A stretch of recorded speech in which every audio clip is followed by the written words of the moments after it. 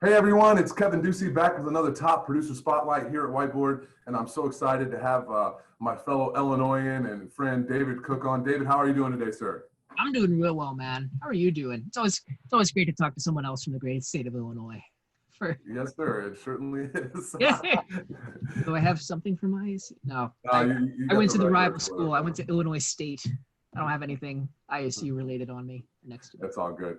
Hey, so this is a little bit different. Most of the time we're dealing with some very seasoned loan officers, folks who've been in the business for, 10 plus years. Your story's a little bit different, and I think that's what a lot of people need to hear as well. You've only been doing this for what, 2 years now? Is that accurate? Two and a half. My first official day in the mortgage industry was January 2nd, 2018. All right, and you're on pace for a great 2020. Tell me a little bit more about that. Yeah, man. I think everybody's on pace for a good 2020. If you're not, there's something wrong. But yeah, I pipeline's looking good. Like, it's the first time that in my career that I've had 15 plus loans in my pipeline at any given time. It's also kind of come at a point where, all right, I'll get a loan that funds and I'll get an application in right afterwards. So it's always kind of hovering around. It's like I could get used to this, or at least this pace, but it's also forced me to be better and to get better at processes and the ease of use of things. And Whiteboard's been I'm already plugging. I'm already going right away. But It's all right, buddy. I'm not asking for it. You're plugging. It's all good. It's yeah. Whiteboard's been so integral to my 2020 and my transition in 2020 and how I've run my business that I feel like sometimes Whiteboard's biggest fan, at least on social media. I'll do it. Nobody's paying me to say that. This is all true. It's just genuine. But Well, yeah, let's get into that in a little bit. Let me hear a little bit more about your backstory, because we all know everybody who's in mortgage grows up thinking that they want to be a loan officer. Oh, yeah.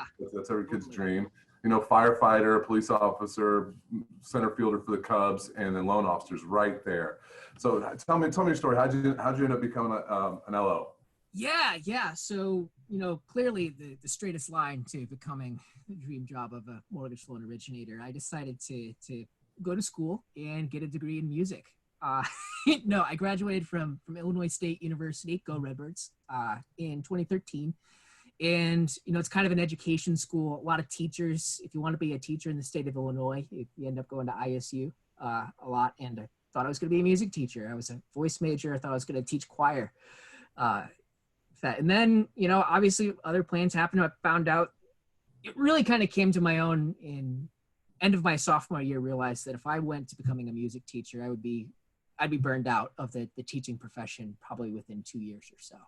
Like, well, that's not sustainable, but I have a scholarship in music, so I'm going to keep with it to keep going to school. And I graduated. I spent some time kind of in the mission field doing Christian campus ministry at Illinois State that I was involved with as a student. Thought that was going to be my career path going forward after that. But then when you know it, I met a girl, as is the story. Like, oh, she's pretty neat, and just completely ruined all of my plans for for going to do that. And I was like, well, I don't know what I'm going to do, but I know I want to be, going through life and walking with her, and so we dated, got engaged, got married, and then moved to the western suburbs of Illinois, where she is from. And in that transition, when we were engaged, I was living in the basement of my aunt's house because I didn't want to sign a lease for that time, and I got a job at a local community credit union. Literally right at the end of the street. It would have been a 30-second drive. 30-second drive. I would have walked, except there was a major road with no crosswalk to work. And I worked there for a year, saving up for a wedding. And that credit union was really my background in education. I call it my second work-life education, where I got such good training in banking and retail banking and customer service and financial products that I truly call it my second work-life education, where that kind of laid the foundation for eventually going into personal banking, where I worked as a personal banker at a large national bank. And in that job, I found out that of all the things that I did, I liked home equity lending. I like doing lines of credit. I like doing home equity installment loans. It was my favorite thing to do. Not that people don't need checking accounts and savings accounts, but there was something way more meaningful about, you know, hey, this loan is our family safety net after just having a kid. You know, it's like I don't want to use it, but it's there and available. Or this is helping to fund much needed repairs for my home or educate. It was always a goal. There was something significant at the end, and I hooked onto that. From there, the opportunity opened up where I got a call from a contact who I knew from a previous job when I briefly sold office supplies and toner cartridges door to door, like my first job moving up to the suburbs, and then got back into banking. My life was literally the office, like for that job that I did. And my first customer happened to be an independent mortgage broker. And one day he called me up out of the blue. He kept my contact and said, hey, how would you like to learn the mortgage industry?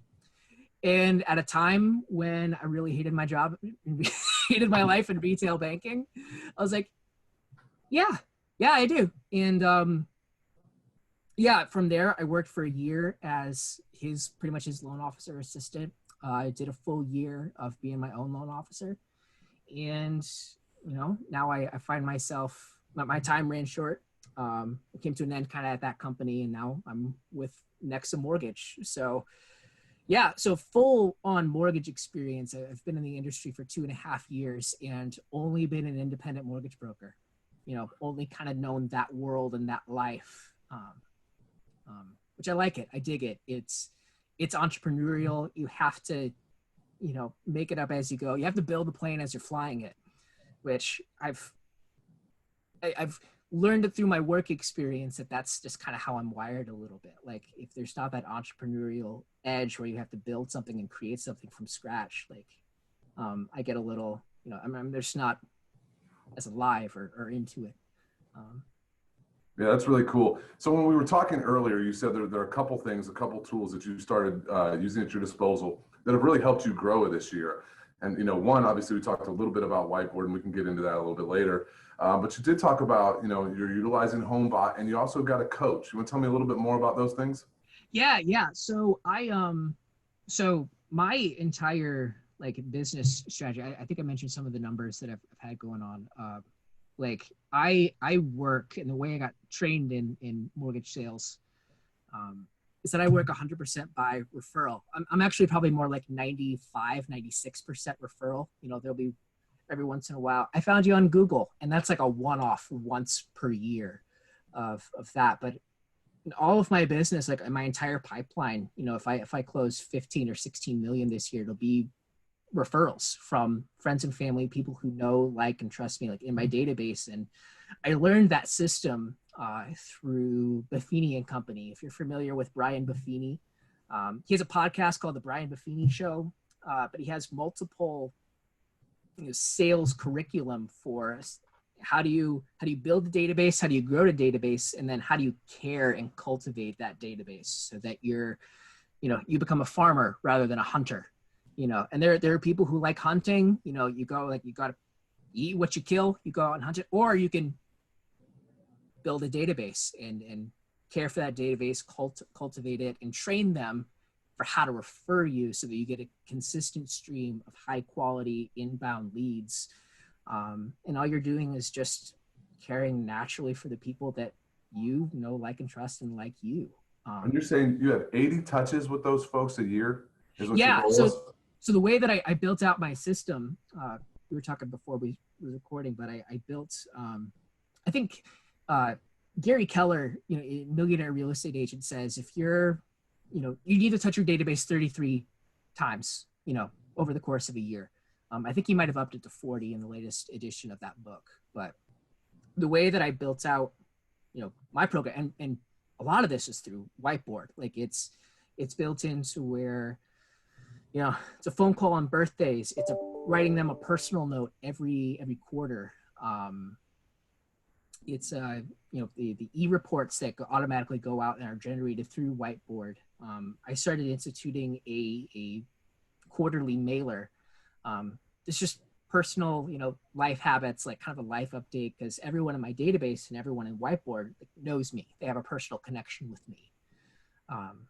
So doing that, so I tallied up, you know, every phone call, every text message, personal note, like if I execute that and execute it well, I will touch everybody in my database 80 times in a year.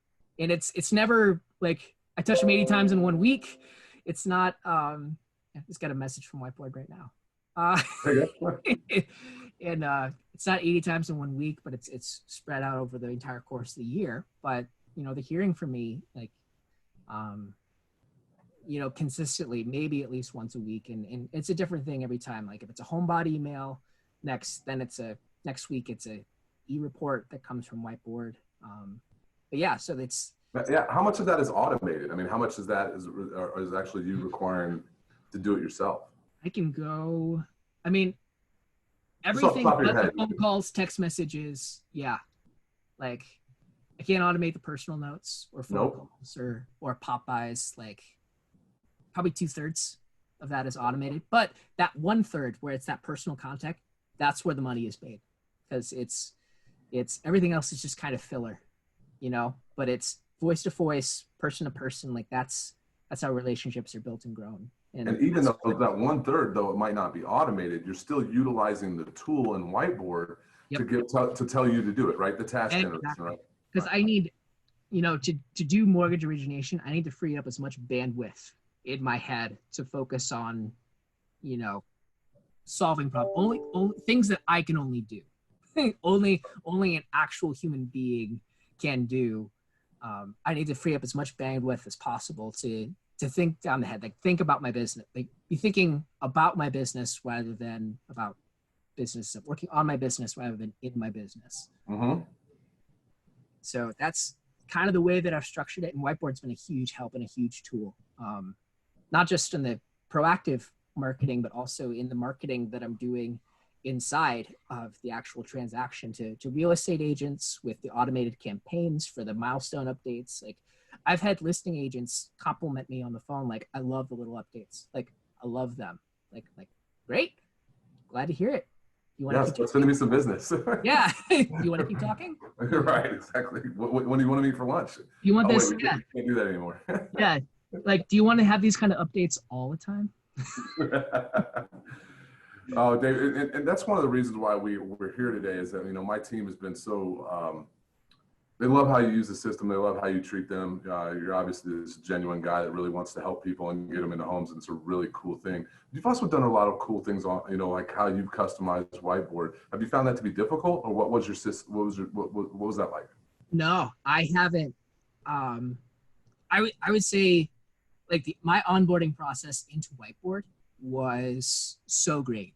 Like I would say probably for the first month, I had a weekly call in with one of the coaches to like, hey, I have this little project. Like I kept a little OneNote note on my computer and said, I want to work on this project of building this processor system out in Whiteboard. And I would have a weekly call with one of the coaches and say, how do I build this out? And then we would get on Zoom and we would build out that exact processor system in about 30 minutes to an hour. So things that, you know, I mentioned making more random access memory available, you know, things like automated emails to myself and my loan processor that I have on all loans for, can I get an automated email that reminds me when I'm 7 days out from a lock expiration? Or an automated email that goes out 2 weeks out, a week out, checking in and see if a closing disclosure has gone out so we get it signed, delivered, and what we're doing. Because, you know, as businesses continue to scale, and as I know this is going to be true, it's like those are details that they're important and they need to happen. But, you know, it's also time consuming to keep all of those details, you know, in. So what can I do to give myself automatic reminders for, hey, this is the check-in process. So all I have to do is just log in and let the system tell me what I need to do that day, you know, and automate it in a way that it is forward thinking and you know, so I'm gonna have to keep all of those details in my head. Because that's just a recipe for disaster. Like we're just not built that way. No, we're not. You know, I've shared the story on these before. It's like I woke up in the middle of the night, you know, like 2 o'clock in the morning or whatever. Like, oh, I need to call this person or so-and-so. And I was like, oh my goodness, did I forget to do it? And sure enough, when I log into my CRM, I have a task that day to call that person, or I look and I know I'm supposed to call them tomorrow. And I didn't miss it. I just got to let the system work for me. Now, David, you've had some great success here in a short amount of time. I think you're going to continue to grow your business. I actually see a really bright future for you, where you're actually teaching people how to do this someday down the road. So when I say that, if there's a loan officer that's probably new to the business or struggling a little bit or having some issues, what's something you would tell them right now? Let's leave somebody with a tidbit of information how to improve their business. I'll leave them with a quote, for like how to improve their business. Like if you're starting out and wondering, how am I going to get business? How am I going to get leads or whatever? Do I need to pay for leads? Do I need to do, if you're paying for leads, if you're trying to work by referral, the best thing I can tell them is that people want to know, people need to know that you love what you do. I love mortgages. I wear this shirt intentionally around, I get questions all the time, but people need to know that you love what you do. They also need to know that you're good. Brian, one of my favorite quotes from Brian Buffini, it's in one of his sales trainings, that the equation for trust is trust equals competence plus care. Like they need to know that you're good and they need to know that you care. And people want to work with people they know, like, and trust. So like you might be incredibly good at what you do, and like they need to know that that you care, that you have something to offer them, and that you're excited to help them. Like right now with interest rates being as low as they are, there's a tremendous opportunity to help so many people, build their equity positions in their home, to help build wealth or do debt consolidations, or help, first-time home buyers, get into the process of owning a home and building wealth in a home. There's just so much tremendous opportunity. And as loan officers, we get the opportunity to help them with that. Can't get that by pushing a button, David. What? You can't get that by pushing a button. No, you can't. You can't. Rockets explode, right? Like they just can't. I'm just saying, man. I hope people stick around long enough to listen to the hot punchline. I really do. They just do. Unfortunately, if not, I'm waiting for the day that I get to go up against the Rocket, which for some reason hasn't happened to me yet. I'd like to think I've just done a good enough job in my database that they know just to give me a call. You're so right there. I've taught sales for years, and one of the, we talk about a barrier in the sales training that I teach and that I'm a professional of, is getting over the barrier of trust. And we always said the equation for trust was credibility plus empathy. Yep. It's the same thing, right? Competence plus care. It's just different ways of saying those words, same words. And I completely agree. Yep. Yeah. Can you help me with what my problem is? Yes. Right. All right. Do you actually care about me as an individual? Right. Yes. That's a recipe for trust. And people need to know that, they can trust you. Yeah. Nobody cares what you know until they know that you care, kind of deal. Right. Exactly. Well, David, I appreciate our time together. It was a lot of fun. It's always good catching up with you. I appreciate you not only as a customer, but as an advocate. And I look forward to watching your career blow up, man, and take it to the limit, dude. So really appreciate your time today. Appreciate it. Thanks, Kevin. Thanks, David. See you later, bud. See ya.